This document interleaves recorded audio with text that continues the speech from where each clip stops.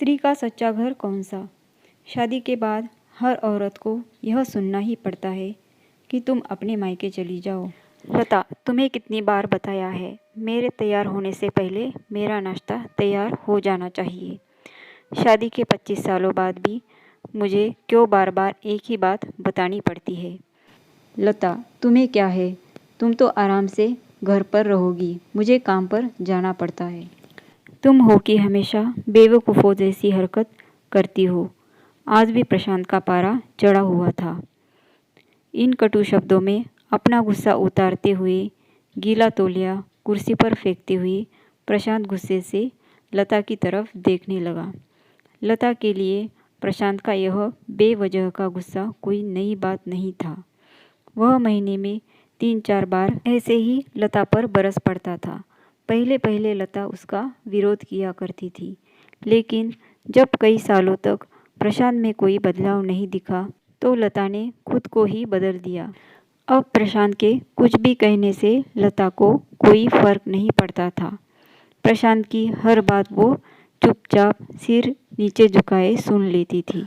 कोई भी वाद विवाद होता तो प्रशांत सीधा लता को बोल देता, अगर मैं तुम्हें अच्छा नहीं लगता तो क्यों नहीं चली जाती अपने मायके? क्यों रहती हो मेरे साथ? इतना सब कुछ होने के बावजूद लता प्रशांत के साथ रहती थी क्योंकि उसे अपनी बेटी की फिक्र थी। और वह जाती भी तो कहाँ? अपने बूढ़े हो चुके माँ बाप को इस उम्र में परेशान करना वह नहीं चाहती थी। समाज और लोग क्या कहेंगे, यह भी तो उसे देखना था। वह इतनी पढ़ी लिखी भी तो नहीं थी कि खुद जाकर कोई नौकरी कर सके और अपना और अपनी बेटी का पालन पोषण कर सके। लता को अब अपनी फिक्र नहीं थी।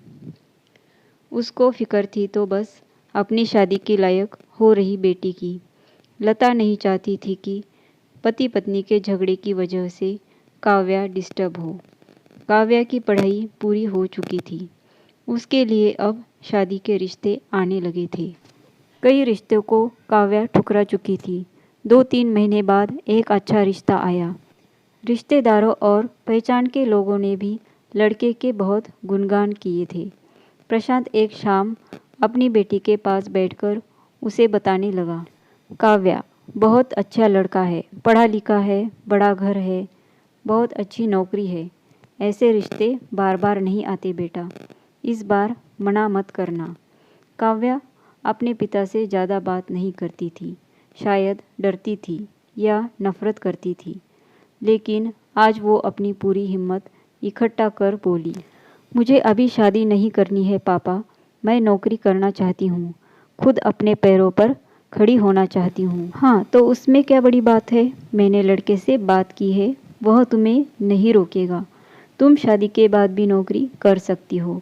प्रशांत बोला, मेरा नौकरी करना या ना करना उसकी परमिशन पर क्यों डिपेंड रहेगा पापा? काव्या ने पूछा। मैं कह रहा हूँ ना, तुम्हें किसी भी चीज़ की कमी नहीं होगी वहाँ। ऐसे रिश्ते बार बार नहीं आते, इसे ठुकरा मत, बहुत खुश रहेगी तुम वहाँ। प्रशांत बोला, पापा क्या मैं उतनी ही खुश रहूँगी जितनी मम्मी इस घर में खुश है? काव्या ने तंज कसते हुए कहा, आज तुम्हारी ज़बान कुछ ज़्यादा नहीं चल रही?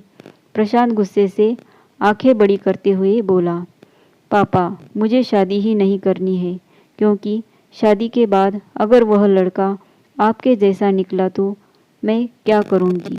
जो बिना बात के मुझ पर हमेशा चिल्लाए, मुझे कुछ भी अपनी पसंद का लेना हो तो 10 बार सोचना पड़े, कहीं वह नाराज़ ना हो जाए, मेरी तबीयत कैसी भी हो उसे परवाह ना हो, रोटी थोड़ी सी मोटी बन जाए तो घर सर पर उठा ले, उसकी चेकबुक ना मिले तो भी मेरा ही दोष, और हर छोटी मोटी बात पर मुझे मायके जाने के लिए कहे।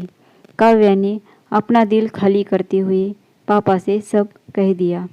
प्रशांत का गुस्सा 7वें आसमान पर था, लेकिन उसके मुंह से एक भी शब्द नहीं फूट रहा था।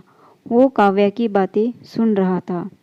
काव्या उतना ही बोलकर चुप नहीं हुई। आज पहली बार वह अपने पापा के सामने इतना कुछ बोल रही थी। पापा, आपने माँ के साथ हमेशा गलत व्यवहार किया है। आप अपने ऑफिस का गुस्सा बिना सोचे समझे माँ पर उतार देते हैं। कभी इस बात की परवाह भी नहीं करते कि उन्हें कैसा लगता होगा। आपकी बातें सुन सुन माँ ने अपना स्वाभिमान खो दिया। प्रशांत आज पहली बार अपने किए बर्ताव को महसूस कर पा रहा था। वो इतना ही बोल पाया, जो तुम्हारा मन है वो करो, मैं तो इतना बुरा हूँ ना। काव्या ने प्रशांत का हाथ पकड़ा और बोली, पापा मुझे सिर्फ एक सवाल का जवाब दे। क्या आप चाहेंगे कि मेरा पति आपके जैसा हो? अगर जवाब हाँ है तो कर दीजिए मेरा रिश्ता आज ही, और ना है तो मुझे आत्मनिर्भर बनने दीजिए। प्रशांत कुछ भी ना बोल पाया और वहाँ से चुपचाप बाहर चला गया। आज उसे लता के सामने जाने में शर्म आ रही थी। चलते चलते उसकी आंखों से आंसू बह रहे थे। प्रशांत ने आज से अपने आप को बदलने का निश्चय किया। अगले दिन से लता ने अपने पति में काफ़ी बदलाव देखा।